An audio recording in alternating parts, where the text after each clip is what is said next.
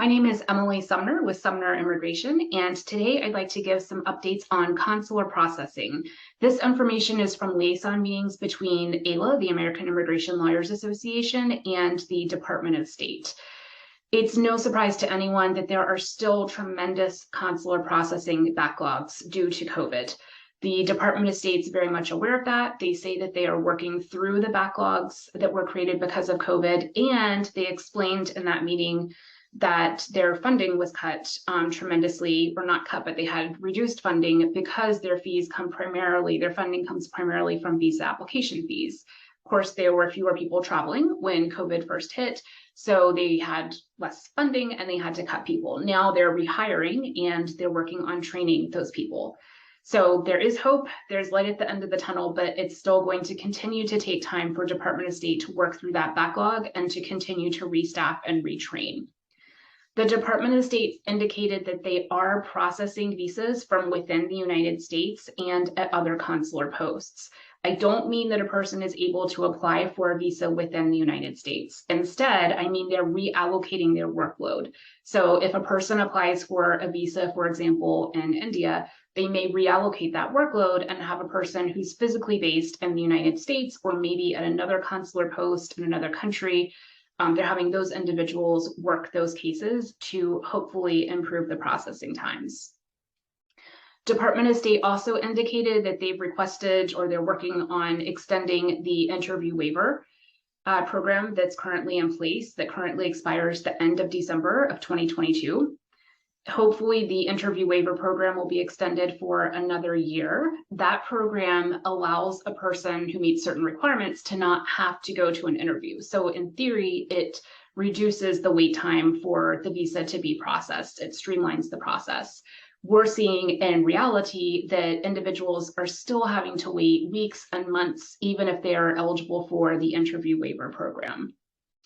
The Department of State is encouraging individuals, or rather encouraging consulates to accept third country nationals, meaning individuals who are from other countries. So for example, consulates in the Bahamas, for example, may accept a third country national, and that's always been the case. It's been discretionary at the discretion of the consulate, and the Department of State is really encouraging posts to accept more third country nationals as they're able to. So hopefully that will reduce the backlog in certain countries that are extraordinarily busy, or certain posts, like the posts in India, like London, for example, to be able to, for those individuals who would go to those posts to be able to go to other locations instead. They are working on improving the communications with the National Visa Center. Right now, it's taking about 6 weeks for the National Visa Center to get back to us or to anyone after we submit an inquiry, and there's no way to contact them by phone. The Department of State says that the reason that they're working more slowly and that they had to slow down the communications is because the National Visa Center was one of the primary points of contact for the individuals from Afghanistan that came in when that crisis first began, and they're still working through the backlog that began at that particular point. But they say that they're working through it and taking specific steps to be able to improve communication times. Finally, the Department of State has indicated that they are looking into the possibility of implementing stateside processing. By that, I mean the possibility of an individual being able to apply for a visa from within the United States, or a visa renewal, rather, from within the United States. I'm cautiously hopeful about that. The Department of State did indicate that right now their main focus is working through the backlogs and helping individuals who are overseas to be able to enter the United States, because the individuals that would need to apply for a visa renewal are already here. So there is hope. I know that it is very frustrating if you're going through this process. There's not a lot of transparency with the agencies, and not a lot of information as to how long things are going to take. That's one last point that I want to make is Department of State said they are interested in updating one of the pages on their website. There's a page that indicates visa interview wait times. So you select the post that you are interested in going to, and you can see how long in theory it may take to get an interview.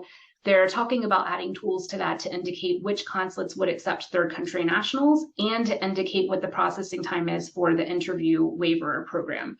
Right now, both of those are kind of up in the air. We have to individually contact consulates or get information from other immigration attorneys, or foreign nationals will talk to their friends, which is good. That's helpful information. It'd be great to have centralized information from the Department of State right there on their website. And same thing for the interview waiver processing times. We've had clients who have had to wait months, unfortunately. And it would be wonderful to be able to know ahead of time approximately how long that's going to take. So the Department of State is actively taking steps. They are aware of the situation. There is light at the end of the tunnel. If you have questions in the meantime, now or in the future, we are happy to help you navigate this process with clarity and as less stress as possible. Again, my name is Emily Sumner with Sumner Immigration, based in Richmond, Virginia, and serving clients around the world.